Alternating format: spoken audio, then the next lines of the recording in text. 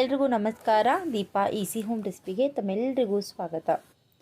ಹಪ್ಪಳ ಮಾಡಲಿಕ್ಕೆ ಅಕ್ಕಿನ ನೆನೆಸಬೇಕು, ರುಬ್ಕೋಬೇಕು ಅನ್ನೋದಿಲ್ಲ. ಫಟಾಫಟ್ ಅಂತ ಹಿಟ್ಟನ್ನ ಕಲಸಿ ಇನ್ಸ್ಟೆಂಟಾಗಿ ಹಪ್ಪಳನ ಮಾಡ್ಕೋಬೋದು. ತುಂಬ ಚೆನ್ನಾಗಿರುತ್ತೆ ಮತ್ತು ಅಷ್ಟೇ ರುಚಿಯಾಗಿರುತ್ತೆ. ಬನ್ನಿ ಮಾಡೋದು ಹೇಗೆ ಅಂತ ನೋಡ್ಕೊಳ್ಳೋಣ. ರೊಟ್ಟಿ ಮಾಡುವಾಗ ಉಪಯೋಗಿಸ್ತೀರಿ ನೋಡಿರಿ, ಅದೇ ಹಿಟ್ಟಿನಿಂದ ಈ ಹಪ್ಪಳನ ಮಾಡ್ಕೊಳ್ರಿ, ಚೆನ್ನಾಗಿ ಬರುತ್ತೆ.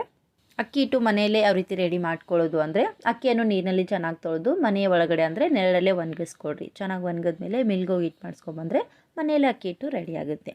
ಅಕಸ್ಮಾತಾಗಿ ನಿಮ್ಮ ಮನೆಯಲ್ಲಿ ಅಕ್ಕಿ ಹಿಟ್ಟು ಖಾಲಿ ಆಗಿದ್ದರೆ ಅಂಗಡಿಯಲ್ಲಿ ತಂದು ನೀವು ಹಿಟ್ಟನ್ನು ಉಪಯೋಗಿಸ್ಕೋಬೋದು, ನಡೆಯುತ್ತೆ. ಹಿಟ್ಟನ್ನು ನೀಟಾಗಿ ಜಡಿ ಮಾಡಿ ತೊಗೊಂಡಿದ್ದೀನಿ. ಈಗ ಇದನ್ನು ಉಪಯೋಗಿಸಿ ಹಪ್ಪಳ ಹೇಗೆ ಮಾಡೋದು ಅಂತ ನೋಡ್ಕೊಳ್ಳೋಣ. ಈ ಕಡೆ ಮೊದಲು ಸ್ಟವ್ನ ಆನ್ ಮಾಡಿ ಒಂದು ಫ್ರೈ ಪ್ಯಾನ್ ಬಿಸಿ ಮಾಡಿ ಇಟ್ಕೊತಾ ಇದ್ದೀನಿ. ಈಗ ಇದರಲ್ಲಿ ನೀರು ಹಾಕೊಳ್ಳೋಣ. ನೀವು ಹಿಟ್ಟನ್ನು ಯಾವ ಕಪ್ನಿಂದ ಅಳತೆ ಮಾಡಿರ್ತೀರಿ ನೋಡಿರಿ, ಅದೇ ಕಪ್ನಿಂದ ನೀರನ್ನು ಕೂಡ ಅಳತೆ ಮಾಡಾಕೋಬೇಕು. ನಾನು ಈ ಕಪ್ನಿಂದ 1.5 ಕಪ್ನಷ್ಟು ನೀರು ಹಾಕ್ಕೊತಾ ಇದ್ದೀನಿ.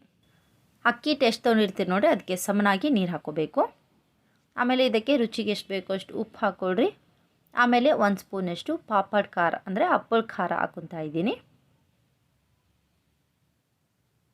ಈಗ ನೀರು ಸ್ವಲ್ಪ ಬಿಸಿ ಆಗ್ಲಿಕ್ಕೆ ಬಿಡೋಣ.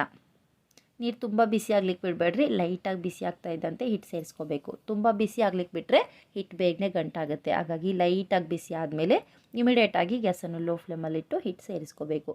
ನಾನು ಇದೇ ಕಪ್ನಿಂದ ನೀರು ಅಳತೆ ಮಾಡಾಕಿದ್ದೆ, ಹಾಗಾಗಿ ಇದೇ ಕಪ್ನಿಂದನೇ ಅಕ್ಕಿ ಹಿಟ್ಟನ್ನ ಸೇರಿಸ್ಕೊತಾ ಇದ್ದೀನಿ. 1.5 ಕಪ್ ನೀರಿಗೆ 1.5 ಕಪ್ನಷ್ಟು ಅಕ್ಕಿ ಹಿಟ್ಟು ಹಾಕ್ಕೊಂಡಿದ್ದೀನಿ. ಇನ್ನೂ ಅರ್ಧ ಕಪ್ ಹಿಟ್ಟು ಹಾಕಿರೋದು ವಿಡಿಯೋದಲ್ಲಿ ತೋರ್ಸೋಕ್ಕಾಗಿಲ್ಲ. ಹಾಗಾಗಿ ನೀರು ಎಷ್ಟು ತೊಗೊಂಡಿರ್ತೀರಿ ನೋಡಿರಿ, ಅದಕ್ಕೆ ಸಮನಾಗಿ ಅಕ್ಕಿ ಹಿಟ್ಟನ್ನ ಹಾಕಿ ಮಿಕ್ಸ್ ಮಾಡ್ಕೋಬೇಕು. ಗ್ಯಾಸನ್ನು ಲೋ ಫ್ಲೇಮಲ್ಲೇ ಇಟ್ಟು ಈ ರೀತಿ ಹಿಟ್ಟು ಹಾಕಿದ್ಮೇಲೆ ಇಮಿಡಿಯೇಟಾಗಿ ಕಲಿಸ್ಕೋಬೇಕು. ನೀರು ಸ್ವಲ್ಪ ಬಿಸಿ ಆಗ್ತಾ ಇದ್ದಂತೆ ಈ ರೀತಿ ಅಕ್ಕಿ ಹಿಟ್ಟು ಸೇರಿಸಿದ್ರೆ ನಿಮಗೆ ಯಾವುದೇ ಥರ ಗಂಟಾಗಲ್ಲ. ನೀಟಾಗಿ ಮಿಕ್ಸ್ ಮಾಡ್ಕೋಬೋದು. ಹಿಟ್ಟನ್ನು ಚೆನ್ನಾಗಿ ಬೇಯಿಸ್ಕೋಬೇಕು. ಹಿಟ್ಟು ಚೆನ್ನಾಗಿ ಬೇಯಲಿಲ್ಲ ಅಂದರೆ ಹಪ್ಪಳದ ರುಚಿ ಕೂಡ ಅಷ್ಟು ಚೆನ್ನಾಗಿರಲ್ಲ. ಹಾಗಾಗಿ ಗ್ಯಾಸನ್ನು ಲೋ ಫ್ಲೇಮಲ್ಲಿಟ್ಟು ಇದೇ ರೀತಿ ಮಿಕ್ಸ್ ಮಾಡ್ತಾ ಮಾಡ್ತಾ ನೀಟಾಗಿ ಬೇಯಿಸ್ಕೊಳ್ರಿ.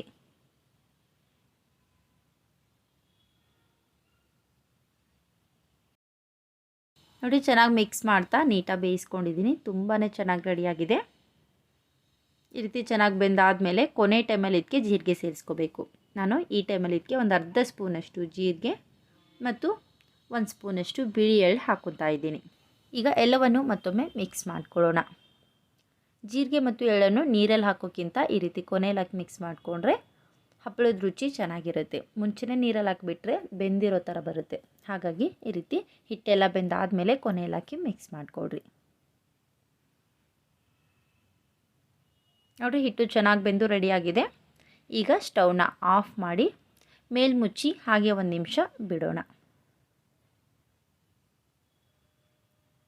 1 ನಿಮಿಷ ಆದಮೇಲೆ ಈಗ ಈ ಹಿಟ್ಟನ್ನು ಯಾವುದಾದ್ರೂ ಒಂದು ಕಾಟನ್ ಬಟ್ಟೆಯಲ್ಲಿ ಹಾಕ್ಕೊಳ್ರಿ. ಬಟ್ಟೆ ಇರಲಿಲ್ಲ ಅಂದರೆ ನಾರ್ಮಲ್ ತಟ್ಟೆಯಲ್ಲೇ ಹಾಕೋಬೋದು.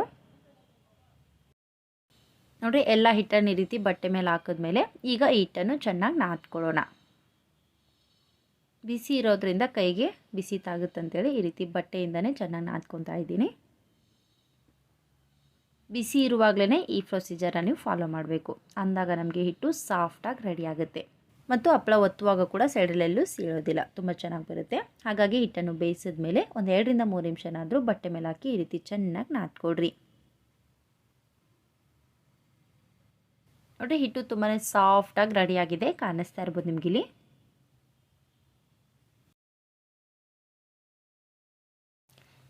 ಹಿಟ್ಟು ಈ ರೀತಿ ಚೆನ್ನಾಗಿ ರೆಡಿ ಆದಮೇಲೆ ಸ್ವಲ್ಪ ಹಿಟ್ಟನ್ನು ತೊಗೊಂಡು ಚಿಕ್ಕ ಚಿಕ್ಕ ಉಂಡೆಗಳನ್ನಾಗಿ ಮಾಡಿ ರೆಡಿ ಮಾಡಿ ಇಟ್ಕೊಳ್ರಿ.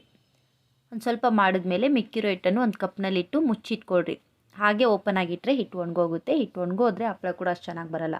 ಹಾಗಾಗಿ ಸ್ವಲ್ಪ ಉಂಡೆಗಳನ್ನು ಮಾಡಿ ಇನ್ನೂ ಮಿಕ್ಕಿರೋ ಹಿಟ್ಟನ್ನು ಒಂದು ಕಪ್ನಲ್ಲಿಟ್ಟು ಮತ್ತೆ ಯಾವಾಗ ಬೇಕೋ ಆಗ ಉಂಡೆಗಳನ್ನು ಮಾಡಿ ಹಪ್ಪಳನ ಮಾಡ್ಕೊಳ್ರಿ. ಹಪ್ಪಳ ಒತ್ತಲಿಕ್ಕೆ ನಾನು ಈ ರೀತಿ ಪ್ಲಾಸ್ಟಿಕ್ ಹಾಳೆ ತೊಗೊಂಡಿದ್ದೀನಿ. ನಿಮ್ಮ ಮನೆಯಲ್ಲಿ ಪ್ರೆಸ್ ಮಾಡೋ ಮನೆ ಇದ್ದರೆ ಅದರಲ್ಲಿ ಹಪ್ಪಳನ ಒತ್ಕೋಬೋದು.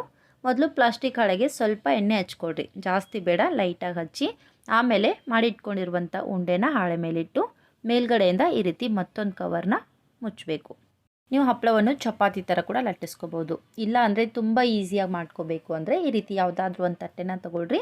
ಆಮೇಲೆ ಈ ರೀತಿ ಕವರ್ ಮೇಲಿಂದನೇ ಈ ರೀತಿ ಸ್ವಲ್ಪ ಪ್ರೆಸ್ ಮಾಡಿಕೊಂಡ್ರೆ ಹಪ್ಪಳ ತಾನಾಗೆ ದೊಡ್ಡದಾಗುತ್ತೆ. ಕಷ್ಟ ಏನಿಲ್ಲ, ತುಂಬ ಈಸಿಯಾಗಿ ಮಾಡ್ಕೋಬೋದು. ಈಗ ಮೇಲ್ಗಡೆಯಿಂದ ಕವರ್ನ ತೆಗೆದು ಈ ಹಾಳೆನ ಬಟ್ಟೆ ಮೇಲೆ ಉಲ್ಟಾ ಮಾಡಿ ಈಗ ಹಾಳೆಯನ್ನು ನಿಧಾನವಾಗಿ ಎತ್ತಿದ್ರೆ ಹಪ್ಪಳ ಕೂಡ ಹರಿಯೋದಿಲ್ಲ, ತುಂಬ ನೀಟಾಗಿ ಎದ್ದು ಬರುತ್ತೆ. ಇದೇ ರೀತಿ ಮತ್ತೊಂದು ಹಪ್ಪಳ ಮಾಡಬೇಕಾದ್ರೆ ಮತ್ತೆ ಕವರ್ಗೆ ಎಣ್ಣೆ ಹಚ್ಚಕ್ಕೆ ಹೋಗಬೇಡ್ರಿ. ಒಂದು ಸಲ ಹಚ್ಚಿದ್ರೆ ಸಾಕು, ನೀವು ಎಷ್ಟು ಬೇಕಾದರೂ ಹಪ್ಪಳನ ಮಾಡ್ಕೋಬೋದು. ಇದೇ ರೀತಿ ಉಂಡೆನ ಇಟ್ಟು ಕವರ್ ಮುಚ್ಚಿ ಮೇಲಿಂದ ಸ್ವಲ್ಪ ಪ್ರೆಸ್ ಮಾಡಿಕೊಂಡ್ರೆ ಹಪ್ಪಳ ತುಂಬ ಚೆನ್ನಾಗಿ ರೆಡಿ ಆಗುತ್ತೆ. ನೋಡಿರಿ, ಈ ರೀತಿ ಕೈಯಲ್ಲೂ ಕೂಡ ಹಪ್ಪಳನ ಬಿಡಿಸಿ ಬಟ್ಟೆ ಮೇಲೆ ಹಾಕೋಬೋದು. ಚಿಕ್ಕವರಿಂದ ದೊಡ್ಡವರವರೆಗೂ ಯಾರು ಬೇಕಾದರೂ ಹಪ್ಪಳನ ಒತ್ಕೋಬೋದು. ತುಂಬ ಚೆನ್ನಾಗಿ ಬರುತ್ತೆ, ಎಲ್ಲೂ ಹರಿಯೋದಿಲ್ಲ. ಬೇಯಿಸಿರುವಂಥ ಎಲ್ಲ ಹಿಟ್ಟಿನಿಂದ ಹಪ್ಪಳನ ಒತ್ತಿ ರೆಡಿ ಮಾಡ್ಕೊಂಡಿದ್ದೀನಿ. ತುಂಬಾ ಚೆನ್ನಾಗಿ ರೆಡಿಯಾಗಿವೆ. ಹಪ್ಪಳ ಮಾಡಿದ ದಿನ ನೆರಳಲ್ಲೇ ಒಣಗಿಸ್ಕೋಬೇಕು. ಮಾರನೇ ದಿನ ಬೇಕಂದರೆ ಬಿಸಿಲಿಗೆ ಹಾಕ್ಕೊಳ್ರಿ. ಮಾಡಿದ ದಿನ ಬಿಸಿಲಿಗೆ ಹಾಕ್ಕೊಂಡ್ರೆ ಹಪ್ಪಳ ಎಲ್ಲ ಸೀಳೋಗ್ಬಿಡುತ್ತೆ. ಹಾಗಾಗಿ ಮಾಡಿದ ದಿನ ನೆರಳಲ್ಲಿ ಒಣಗಿಸಿ ನಂತರ 2 ದಿನ ಬಿಸಿಲಲ್ಲಿಟ್ಟು ಒಣಗಿಸಿದ್ರೆ ಈ ರೀತಿ ಹಪ್ಪಳ ಚೆನ್ನಾಗಿ ಒಣಗಿ ರೆಡಿ ಆಗುತ್ತೆ. ಈ ರೀತಿ ಚೆನ್ನಾಗಿ ಒಣಗಿದ್ಮೇಲೆ ಒಂದು ಬಾಕ್ಸ್ನಲ್ಲಿ ಅಥವಾ ಒಂದು ಡಬ್ಬಿಯಲ್ಲಿ ಹಾಕಿ ಇಟ್ಕೊಂಡ್ಬಿಡ್ರಿ. 1 ವರ್ಷ ಇಟ್ಟರು ಕೂಡ ಹಪ್ಪಳ ಹಾಳಾಗಲ್ಲ, ಚೆನ್ನಾಗಿರುತ್ತೆ. ನಿಮ್ಗೆ ಯಾವಾಗ ಬೇಕೋ ಆಗ ತಕ್ಷಣಕ್ಕೆ ಬಿಸಿ ಎಣ್ಣೆಲಿ ಹಾಕಿ ಫ್ರೈ ಮಾಡ್ಕೊಂಡು ತಿನ್ಬೋದು. ಈಗ ಎಣ್ಣೆಲಿ ಫ್ರೈ ಮಾಡಿದಾಗ ಯಾವ ರೀತಿ ಇರುತ್ತೆ ಅಂತ ತೋರಿಸ್ತೀನಿ ನಿಮಗಿಲ್ಲಿ. ಈ ಕಡೆ ಸ್ಟವ್ನ ಆನ್ ಮಾಡಿ ಮತ್ತೊಂದು ಫ್ರೈ ಪ್ಯಾನ್ ಬಿಸಿ ಮಾಡಿ ಇಟ್ಕೊಂಡಿದ್ದೀನಿ. ಈಗ ಇದರಲ್ಲಿ ಕರಿಯಲು ಎಣ್ಣೆನ ಹಾಕಿ ಬಿಸಿ ಮಾಡ್ಕೊಳ್ಳೋಣ. ಮೊದಲು ಎಣ್ಣೆ ಚೆನ್ನಾಗಿ ಬಿಸಿ ಆಗಬೇಕು.